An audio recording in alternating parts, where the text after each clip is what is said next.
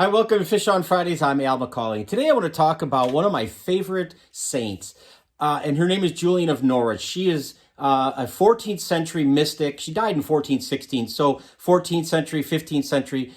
She's a very well-known mystic and very popular with people who really desire to have a strong sense of spirituality.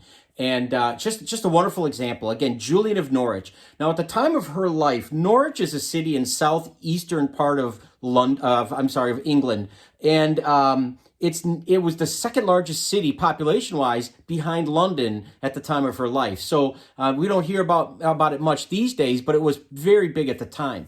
And she was what we call an anchoress. Now, an anchoress, as the root word implies, anchor, she is going to live in a cell that is anchored to a church. It's literally connected to a church. And she lived in an anchor hold inside this little 8 foot by 8 foot cell for 40 years. I couldn't do it. I don't know how many of you watching this could do it, but remarkable commitment to her faith, I guess. But it's like kind of like being a cloistered nun, but you're living by yourself, in a manner of speaking. So the anchor hold is literally affixed to or attached to a church. And there are 3 windows typically in an anchor hold. One is a window to see inside the church so that she can watch Mass and receive the sacraments. There's another one that goes to a window on one side out in the world so that servants, and she had 2 female servants that came and helped her. They would empty her bedpan because they didn't have plumbing at the time, obviously. Bring her new sheets or food and news of the world, that kind of stuff. And then there was a third window where people could come and ask for her advice, ask for her blessing, ask her to arbitrate in a conflict that they had with their neighbor or a business partner, ask them to pray for somebody that they knew needed prayer, if somebody was sick, for instance. So she had 3 windows into the world, but again, once she was cemented into this 8 by 8 anchor hold, she never left until she died, which is pretty remarkable. And she's a mystic, meaning she had this direct experience of God. She had 16 different, what she called shewings in the Old English, or showings. We call them today visions. 16 very detailed, specific visions about all manner of things related to Jesus. And what she did was she very quickly wrote them down. And then over the period of about 20 years, she thought about them and prayed about them and contemplated them. And then she went back and wrote them again with more attention to detail and more insight as to what they might mean, how they can help other people to live their lives, that kind of thing. So today you could go to basically any bookstore or online and find this book. It's in 1 volume. It's called The Revelations of Divine Love. And it usually includes the short version, which is the writings that she wrote pretty much right after the events. And then the longer version, which, is the stuff that she ruminated on for over 2 decades.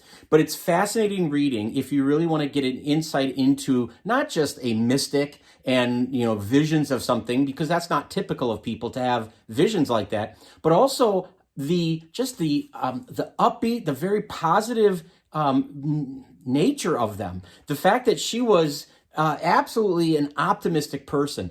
Now let me back up a little bit. I don't want you to think that she's some kind of a naive little girl, kind of a Pollyanna, thinking, everything's great. Because the quote that's probably most famous by her is, "All shall be well, and all shall be well, and all manner of things shall be well." And you'll notice there she says that 3 times. It's a very Trinitarian kind of thing. That was the nature of her visions. They were very Trinitarian in origin. And so she wrote about that a lot.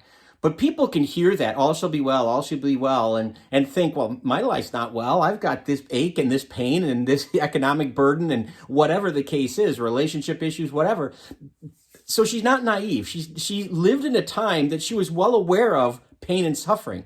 I mean, think about this. She was born, and a few years later, the Black Death starts and ravages all the way through Europe, killing a third of the population. And so she was well aware of that. By the way, parenthetically, just as an aside, given that point, she's oftentimes in iconography, a lot, painted with or portrayed with a cat.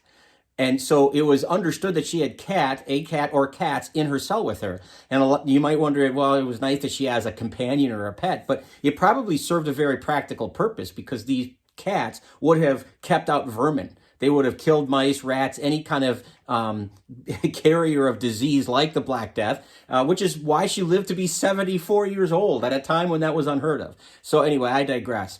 But getting back, she lived in a time that was very chaotic. The Black Death was right on the horizon after her birth. She lived at a time when her country, England, was embroiled in what's called the 100 Years' War with France.